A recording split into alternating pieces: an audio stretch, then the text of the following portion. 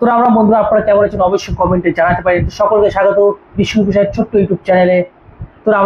তো বন্ধুরা কয়েকদিন আগে মাননীয় মুখ্যমন্ত্রী গিয়েছিলেন বারুইপুর। সেখানে দুটি ঘটনা ঘটেছে, আপনারা সকলেই জানেন।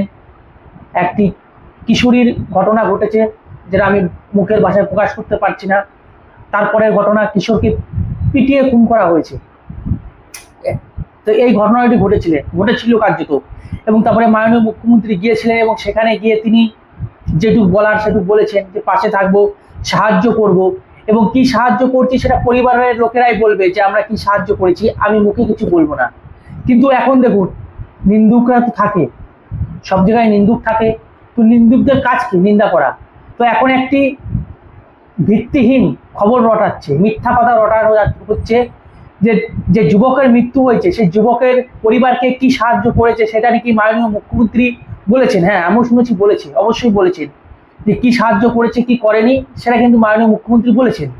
কিন্তু যে যুবতী, যুবতী বলছে, যে কিশোরীর সঙ্গে মানে এমন কিছু হয়েছে, এমনভাবে করা হয়েছে, তাকে কি সাহায্য করা হয়েছে কি না সেটা কিন্তু ফলাও করে বলেনি। কেন বলা হয়নি এই প্রশ্নটা কিন্তু তুলেছে, নিন্দুকরা কিন্তু ছড়াচ্ছে। মানে এমন একটা ন্যারেটিভ তৈরি করা হচ্ছে যে মাননীয় মুখ্যমন্ত্রী ওই কিশোরীর পরিবারকে কোনো সাহায্য করেনি, কার্যত মানে কোনো রকমই সাহায্য করেনি, এই একটি ন্যারেটিভ কিন্তু ছড়ানো হচ্ছে। কেন ছড়ানো হচ্ছে? সত্যি কি কোনো কিছুই কি করেনি মাননীয় মুখ্যমন্ত্রী? মাননীয় মুখ্যমন্ত্রী কিছুই করেনি, এমন একটা মিথ্যা কথা ন্যারেটিভ ছড়ানো হচ্ছে। আর কারা ছড়াচ্ছে তাও বলবো, কারা ছড়াচ্ছে, কি ধরনের মানুষ তারা, এবং তারা অ্যাকচুয়ালি চাইছেটা কি সেটাও আমি বলবো।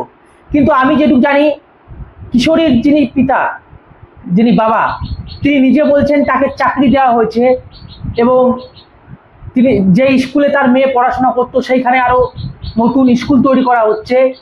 এবং তাদের ওইখানে যে গ্রাম আছে সেখানে কোনো নিজস্ব কোনো থানা নেই বা পুলিশ ফাঁড়ি নেই, সেখানে একটি নতুন পুলিশ ফাঁড়ি স্থাপন করার প্রতিষ্ঠা করা হয়েছে। এবং তার বিশ্বাস, তার মেয়ের সঙ্গে যা হয়েছে তিনি তার সুবিচার পাবেন, এটা কিন্তু পিতা বলছেন, সেই কিশোরীর পিতা, অন্য কেউ বলছে না। কিন্তু তবুও কিন্তু ন্যারেটিভ ছড়াচ্ছে। কিন্তু কেন ছড়াচ্ছে এর কারণটা একটু খুঁজি। মানে তাহলে কি উচিত ছিল? মাননীয় মুখ্যমন্ত্রী গেছে, না সেখানে বলে দেওয়া উচিত ছিল যে কি কি সাহায্য করেছি? সেটা কোনদিন সম্ভব? সেটা কি কোনদিন সম্ভব? আপনারা কি জন্য ভোট দিয়েছিলেন? পরিবর্তন হওয়ার জন্য তো ভোট দিয়েছিলেন না? আগেকারের মুখ্যমন্ত্রী যে কাজটা করতো, এই মুখ্যমন্ত্রী সে একই কাজ করতে হবে। এবার আগেকারের মুখ্যমন্ত্রী কি কাজ করেছিল? আরজি করে ঘটনার পর কি বলেছিল? 10 লক্ষ টাকা ক্ষতিপূরণ দেবো। আরে ঈশ্বর, সেই 10 লক্ষ টাকা ক্ষতিপূরণ নেবেন? রেপ হলে 2 লক্ষ টাকা সেই ক্ষতিপূরণ নেবেন, দাম নেবেন? সেটা কি সম্ভব হয় কোনোদিন? কোনো মুখ্যমন্ত্রী কি বলতে পারেন? তখনও তো আমরা প্রশ্ন তুলেছিলাম যে মুখ্যমন্ত্রী বলেন কি করে যে রেপ হলে 2 লক্ষ টাকা, আরজি করের ঘটনার জন্য 10 লক্ষ টাকা ক্ষতিপূরণ? মানে এটা হচ্ছে নাকি? কিশোরীর সঙ্গে যে ঘটনা ঘটেছে সেটার জন্য মাননীয় মুখ্যমন্ত্রী বলবেন যে আমি কি সাহায্য করেছি? এটা কোনদিন সম্ভব? আর যে সমস্ত মানুষ ছড়াচ্ছে সেই সমস্ত মানুষ বুঝতে পারছেন তো কি ধরনের লোক? তা হচ্ছে ওই ধরনের লোক যে রেপ হলে 2 লক্ষ টাকা দেওয়া হবে, আর ওই আরজি করের ঘটনায় 10 লক্ষ টাকা। তারা হচ্ছে ওই ধরনের লোক যারা এই সমস্ত কিছু ছড়াচ্ছে। এবং কারা ছড়াচ্ছে আপনারা নিশ্চয়ই বুঝতে পারছেন কারা ছড়াচ্ছে। মাননীয় মুখ্যমন্ত্রীর নামে একটি মিথ্যা ন্যারেটিভ। আজ কিশোরীর এই ঘটনা ঘটেছে, সেই ঘটনা নিয়ে মাননীয় মুখ্যমন্ত্রী বলবেন কার্যত কি কি কি সমাজের সঙ্গে বসবাস করছেন, কোন ধরনের মানুষের পাশে আপনারা রয়েছে, কারা এই মন্তব্যগুলি করছে। ভাই, মানুষ তো পরিবর্তনের জন্য ভোট দিয়েছিল। তো এখন যদি এই মুখ্যমন্ত্রী যদি বলে যে আমি এই করেছি ওই করেছি, তো ওই মুখ্যমন্ত্রীর সঙ্গে এই মুখ্যমন্ত্রীর তৈতপাত কি রইল? মেয়েদের মান সম্মান, নারীদের মান সম্মান কোথায় রইল তাহলে?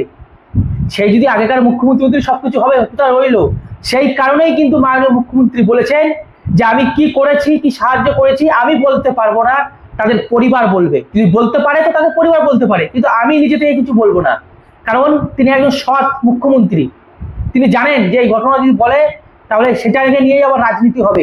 আগেকার যিনি ছিলেন তৃণমূলের, যে ওই রেপের ক্ষতিপূরণ 2 লক্ষ টাকা, আরজি করে 10 লক্ষ টাকা, সেটা নিয়ে ঢালাও করে রাজনীতি করো যে আমি পয়সা দেবো, সেটা নয়। যারা করেছে এই দুর্কর্ম তাদের শাস্তি হওয়া চাই। তাই তো বন্ধুরা, আপনারা অবশ্যই কমেন্টে জানান আর কি সমস্ত মাথা মোটা লোক বসে আছে, বলছে কি সাহায্য করে সেটা তো ধরা করে বললো না। মানে জাস্ট আমি নিতে পারছি না ভাই, ইনারা কোন যুগে বসে রয়েছেন? এই যে যারা ন্যারেটিভ গুলো ছড়াচ্ছে, মিথ্যা ন্যারেটিভ, কোনো মুখ্যমন্ত্রী কি পারে? আপনারাই কমেন্টে জানান বন্ধুরা, ভিডিও বেশি বড় করছি না, আপনারাই কমেন্টে জানান যে কি ধরনের মানুষ কি মিথ্যা ন্যারেটিভ ছড়াচ্ছে কার্যত।